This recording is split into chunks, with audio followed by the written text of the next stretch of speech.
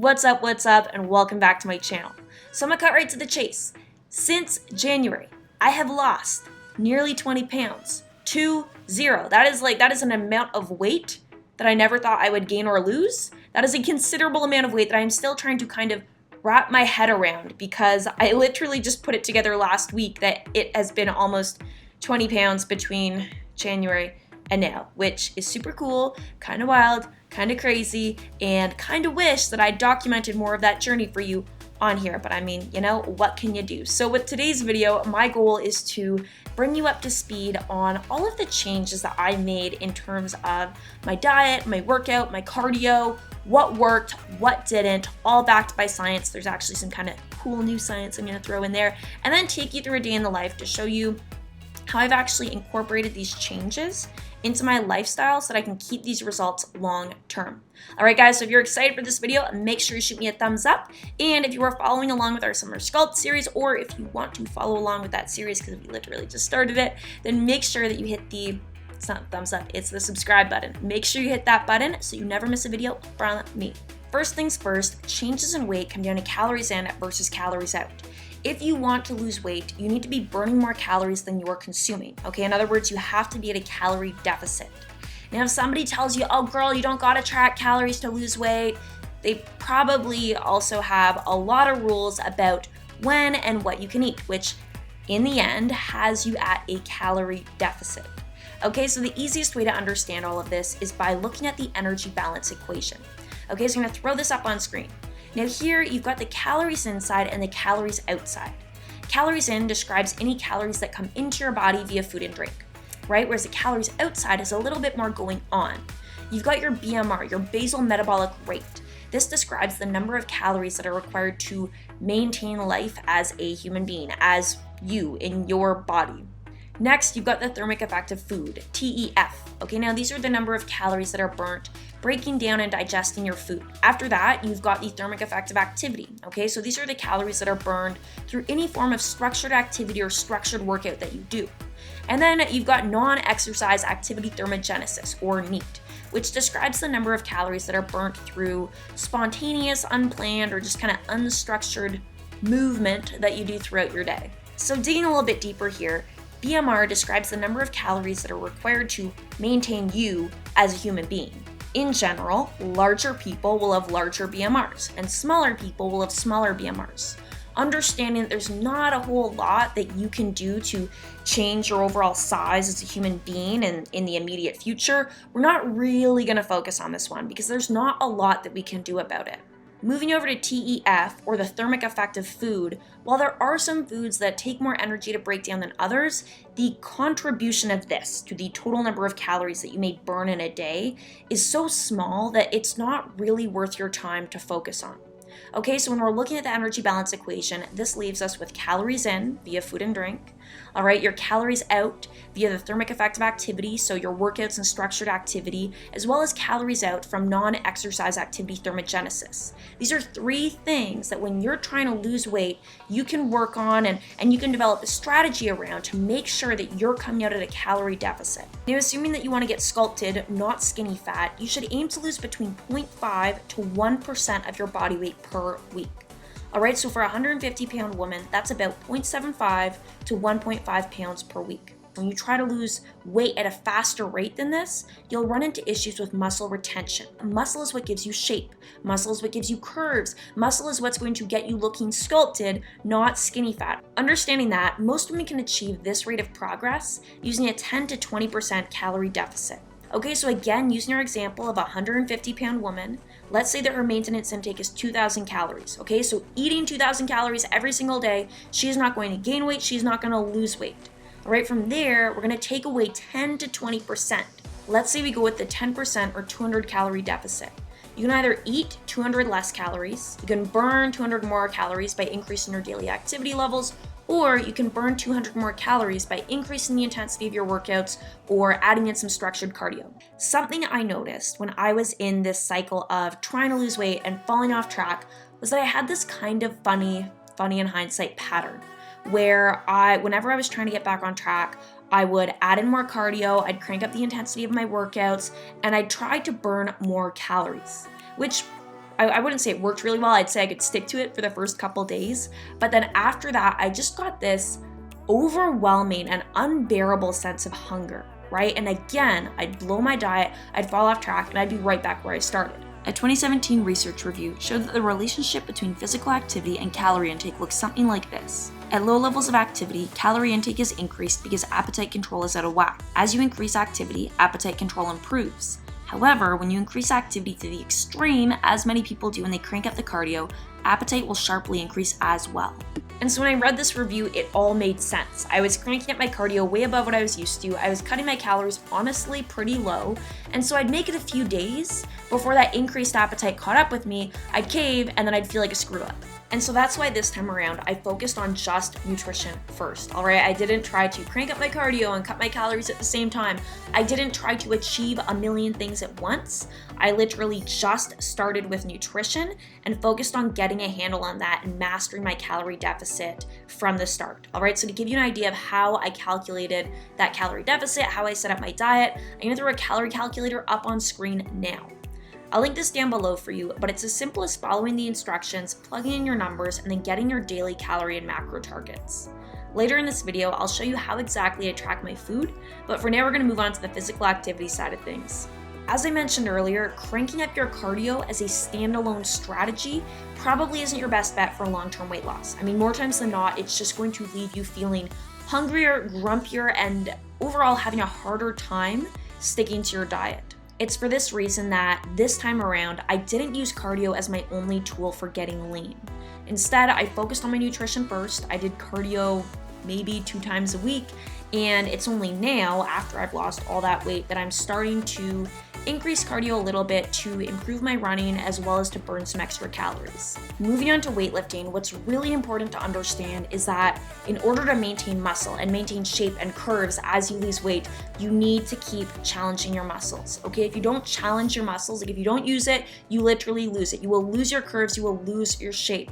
Okay, and it's for this reason that I keep my weightlifting workouts focused on strength and focused on hypertrophy rather than turning them into like these high intensity, all calorie burn circuits, right? If I'm being completely honest, I have not been as consistent as I'd like with my workouts these past 4 months, but later in this video, I will be showing you an example workout that's very similar to what I'd aim to do 4 times a week throughout this transformation. As for the final shift I made, this has to do with non-exercise activities. So that's spontaneous, not really structured form of activity you do throughout the day. What you need to know is that as you lose weight and as you get leaner, your body becomes thriftier. It gets better at getting by on less calories. And one of the ways it does this is by decreasing your willingness to be active. And as a result, decreasing your calories burned through NEAT, non-exercise activity thermogenesis. Now luckily, the fix for this is relatively simple. You literally just have to be aware of it and make a conscious effort to be more active. My way around this was by setting a daily step target. I have an activity tracker that is not on me right now, it's somewhere around here, but I started with a goal of 8,000 to 10,000 steps per day. And over time, I made this a habit so that now I can get 10,000 steps per day relatively effortlessly. As with everything else I've covered up until now, I'm gonna show you how I've worked this into my lifestyle and made it a habit. Which on that note, that's all I wanted to cover for now, so let's get going. We got something magical, pretending that nobody knows, trying to hide but it shows. Lost my sense of logical, think that I'm gonna explode. You need help? Yeah, it's a new camera, so I don't know what I'm looking at right now, but hopefully this is recording what we need. When the chances come, you are special, ordinary, can get you out of my mind. I'm gonna do it all for you. We're done. Oh, look who it is. How was your workout? Alright guys, so we are just leaving the gym. We are on our way back to our room now. I've got to get some editing done before we head to a meeting this morning, but I wanted to give you an idea of what my running workouts usually look like, at least when I'm on the treadmill and doing intervals. So today I warmed up with like a 10-minute incline walk just to kind of get my breathing, get my heart rate, and get my music and my mental situation worked out. And then after that, I'll go right into my 20 minutes of intervals. So something that's really important when you're dieting, when you're trying to lose fat and be at a consistent calorie deficit, is to make sure that you're being not only consistent with your dieting efforts and consistent with what, or at least the number of calories you're eating, but it's also really important to make sure that you're being consistent in terms of your workouts and in terms of the intensity that you're bringing to your workouts, right? So something that I've started doing with my runs in particular is actually picking a couple metrics that I can use to kind of gauge my intensity and make sure that I'm maintaining that, even on my less motivated days, even on the days that I'm training maybe early mornings like today. So I'll pull it up on my app now and I'll show you guys what I'm talking about. So I'll go into my run analytics, and what I can actually see here is I can see my average heart rate, my maximum heart rate, as well as my cadence. Okay, so cadence and heart rate are two things that I look at. Cadence basically describes how many steps you take per minute, okay? Like how many times your feet actually touch the ground while you're running. And in general, you want to keep your cadence kind of at least above 160, but ideally in the 180 to 200 range. All right, by doing that, you're not only minimizing the impact on your joints, but you're also ensuring that you are moving quickly, right? The quicker you move, generally the higher intensity, right? It's now quite a bit later in the day. I literally look like I am going to a horse race. Wow. But we are going right now to get our first meal of the day. I'm not 100% sure what it's gonna be. There is construction, but I'm thinking a burger. Ooh, look, 2 cameras.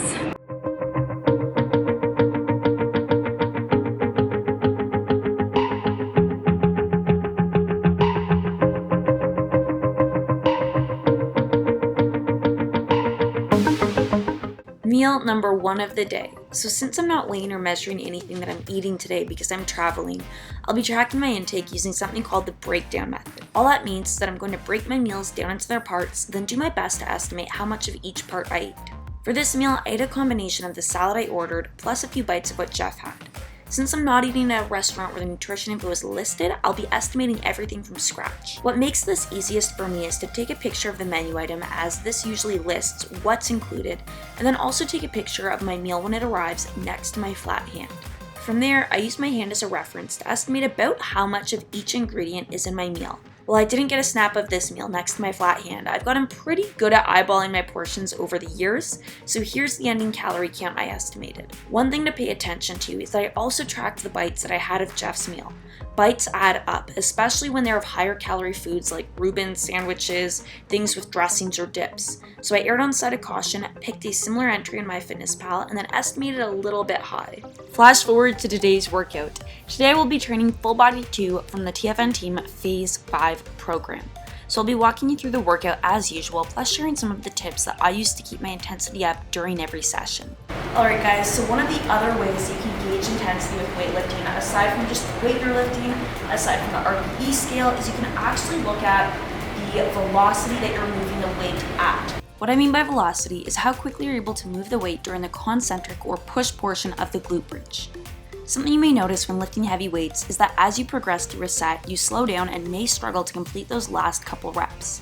Now the idea is that if you kept doing reps, your rep speed would eventually go to 0 and you would have reached failure. Which, while failure training has its place, it's not something that you should aim for every session. Instead, new research suggests that you should stop a set after about a 40% or half decrease in your rep speed. Practically, if you feel yourself significantly slowing down on those last couple reps, it's probably time to stop your set. Next up, we have the barbell bent over row. Here you'll notice that I'm using an easy or curved bar. I prefer this over a straight bar as I find it's more comfortable for my grip. Something else to pay attention to though is with this exercise, you can either go underhand with your palms facing up or overhand with your palms facing down, as I am here. For most people, the underhand grip will feel more natural, but it will also hit more of your bicep. So if you're trying to really emphasize your back or just don't want to stimulate your biceps that much, you may want to try flipping your grip. Next, we have the barbell sumo deadlift. Now, this is usually considered to be one of the better deadlift variations for glutes. Something a lot of people overlook though is that there's also a lot of knee flexion, which means it will engage your quads as well as your glutes. So make sure you're getting as much emphasis as possible on your glutes. Really focus on initiating the movement by sitting back at your hips and only bending your knees as needed to lower the bar to the ground. Next, we have the extension of pull down. Really focusing on my form here, notice that I'm releasing my shoulders at the top, then initiating the movement by pulling them down and back, rotating my grip as I lower to get that extra squeeze at the bottom. If you're struggling to get a full stretch in your lats, experiment with sitting back at your hips and really elongating your torso. And finally, we have the lateral step up. Here, I'm adding a mini band just above my knees to increase the difficulty of this exercise. Even though this step up is technically a knee and more quad dominant movement, it's also a single leg movement, which means it requires a certain amount of side to side stabilization from your side glute medius and minimus. By adding this mini band, you add an element of abduction to this movement, allowing you to get more bang for your buck from these side glute muscles. We are now done at the gym. Wow, I'm reflecting all the light with this forehead. We are now done at the gym and we are on our way to meal number 2 of the day. I'm not 100% sure what I want to grab just yet, but I know I'm definitely feeling something more substantial and definitely quite a bit more carbohydrating.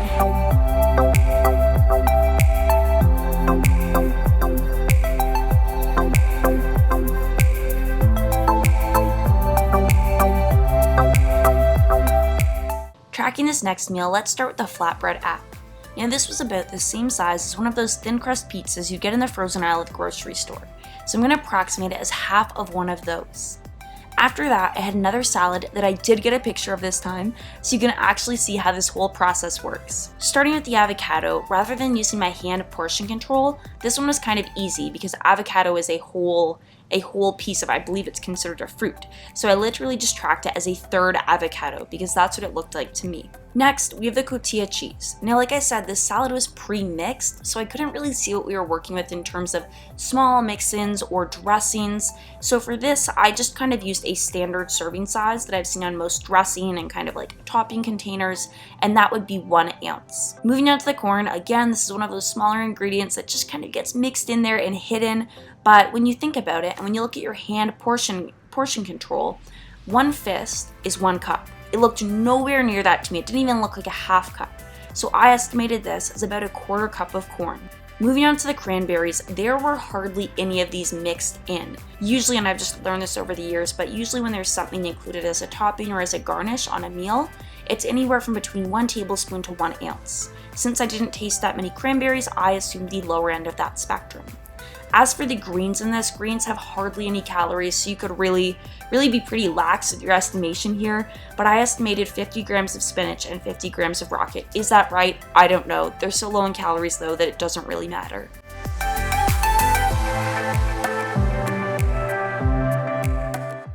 Hi, my name's Abby, and I like cookies. All natural cookies.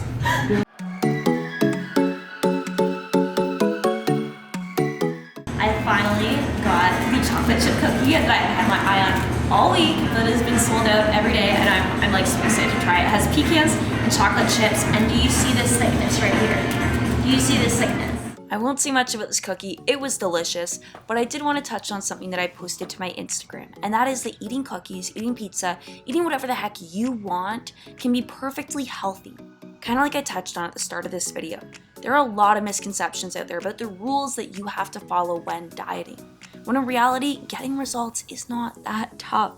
If you eat generally junk, you'll feel generally junk.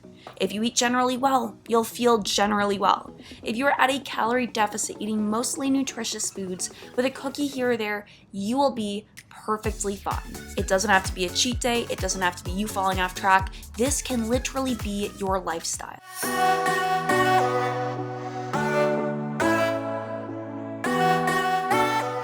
Alright guys, so I talked about my nighttime walk routine, I think a couple videos back now, but basically this is something that I have been practicing for I guess the past few months and has helped me in so many different ways. I mean, not only does it make it way easier and way more consistent to hit my 10,000, I almost said 10,000 calories, 10,000 steps every day, not 10,000 calories, but I've also found it's really effective for keeping me out of the kitchen at night, or snacking, as well as just reducing my stress and reducing any tension from the day, right? Because it's low enough intensity that I don't feel like I'm really exhausting myself, but I'm still getting some physical activity and kind of getting that little endorphin release to end my day on a high note.